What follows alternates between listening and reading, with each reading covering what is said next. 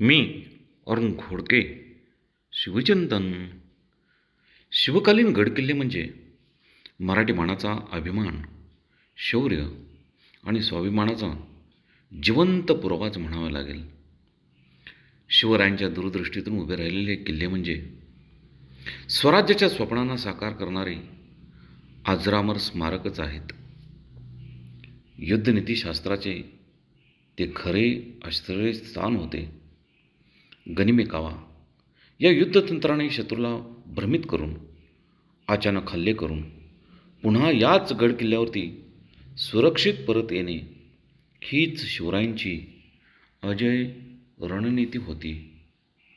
याच गडकिल्ल्यावरून स्वराज्याचा कारभार चालत असे, दरबार भरत असे, गोरगरीब रयतेला न्याय दिला जात असे.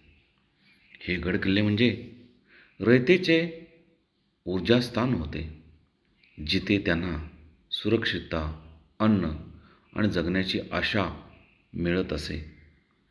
धान्याचे कोठार, पाण्याची टाकी, शस्त्रसाठा हे सर्व किल्ल्यावरती सुरक्षित ठेवले जात असे.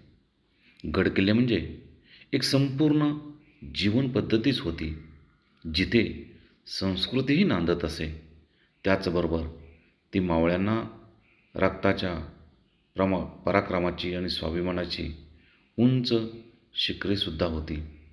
हे गडकोट आजही संदेश देतात की स्वराज्य भीक मागून मिळत नाही, ते पराक्रमाने जिंकावे लागते. बहुत काय बोलणे. राम, कृष्ण, हरी.